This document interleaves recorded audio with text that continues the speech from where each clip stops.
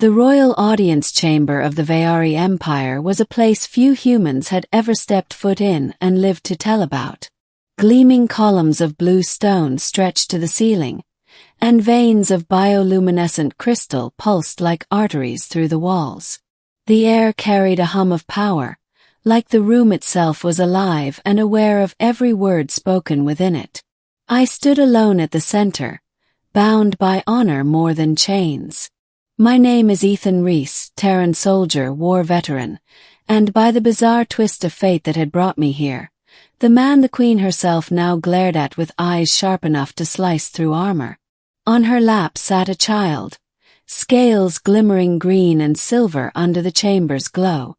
She was unmistakably Vayari, with ridged ears, slit pupil eyes, and a crown of bone ridges just beginning to form on her forehead.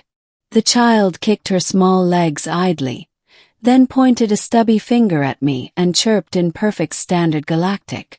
Mother F*********. The room went silent. Courtiers, guards, and ministers froze like statues. The only sound was the Queen's taloned finger tapping the arm of her throne. Her voice came like thunder rolling over broken plains.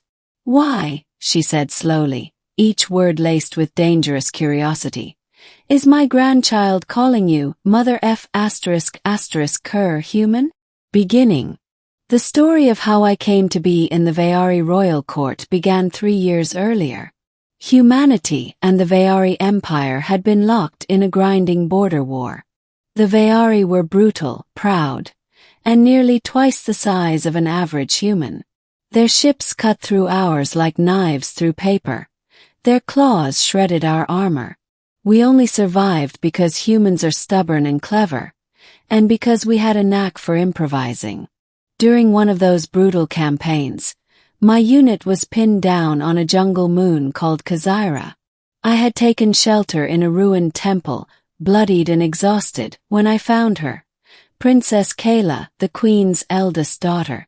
She was wounded, separated from her guard, and too proud to beg for help. But she couldn't walk.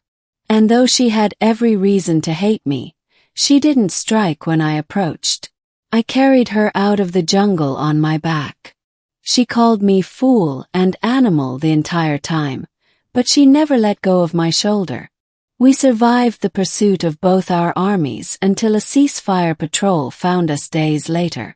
What happened in those days? Well, let's just say bonds were formed. Strange bonds. I went back to my unit. She returned to her palace. Neither of us spoke of it. Until today. Middle. The Queen leaned forward now, her ridged crown glinting in the crystal light. She cradled the child protectively, but her eyes never left me. "You will answer me, human," she commanded. "What spell, what corruption, what madness have you whispered into my grandchild's tongue?" The child giggled and repeated, louder this time, "Mother F*********. The courtiers gasped. A few covered their ears as if the sound itself burned them. I swallowed. "With respect, Your Majesty. I didn't teach her that." The Queen's eyes narrowed dangerously. "Then explain before I peel your skin from your bones." I considered my words carefully. The Vayari were not forgiving, especially not their monarch. "Children pick up words quickly," I said. "Especially words their parents or grandparents don't want them to know.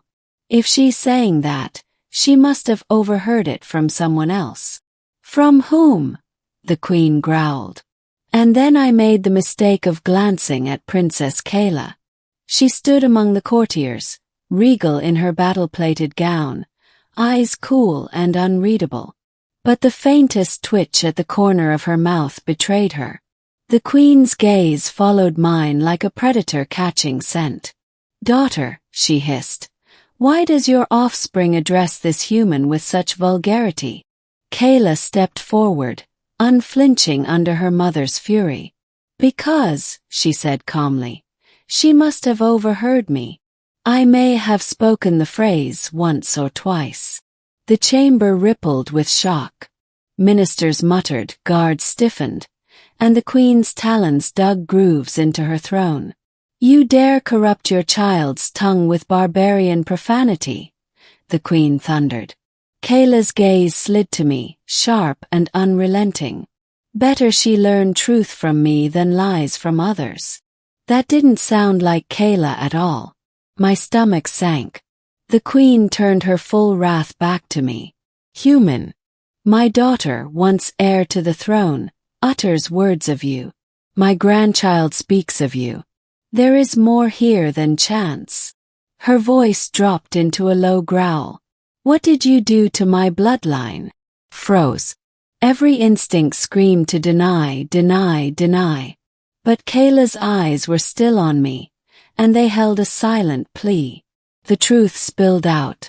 "I saved her life." Gasps swept the chamber again.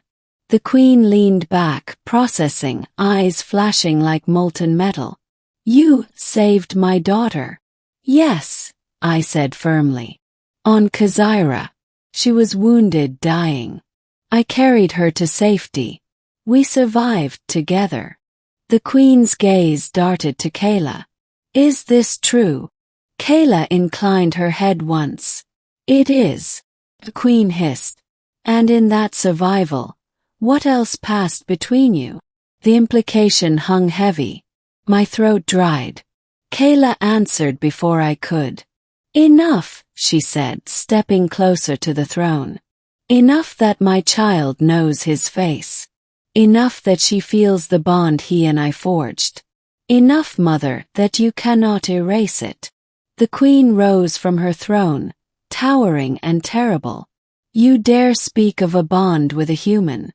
You dare bring him into this chamber, let him stand before me while your daughter, my granddaughter, calls him Mother F***. The child clapped her little claws together, delighted at the sound of the forbidden word.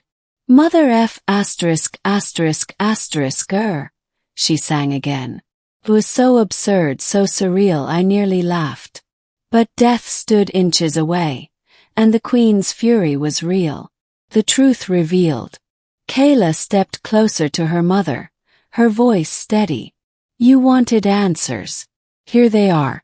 Ethan Reese is not only the man who saved me. He is the father of my child." The chamber exploded in chaos. Courtiers shrieked. Guards raised their weapons. Ministers collapsed in shock. And me. My knees nearly gave out. "Wait, what?" croaked. Kayla's gaze pierced mine. "Did you think those nights on Kazira meant nothing, human? Did you think our bond ended when the ceasefire came?" Memories flashed. The fire-lit nights in the jungle, the warmth of her scales against my skin, the fierce way she clung to me despite our worlds at war. My voice cracked. I didn't know." The queen's roar silenced the chamber. "Silence! You dare pollute my bloodline, human. You dare bring your seed into my house." Kayla straightened, her eyes blazing with defiance. "Pollution. Well, strength. He carried me when even my own warriors would have left me. He gave me life when death had claimed me. That strength now flows in our child. Deny it if you dare."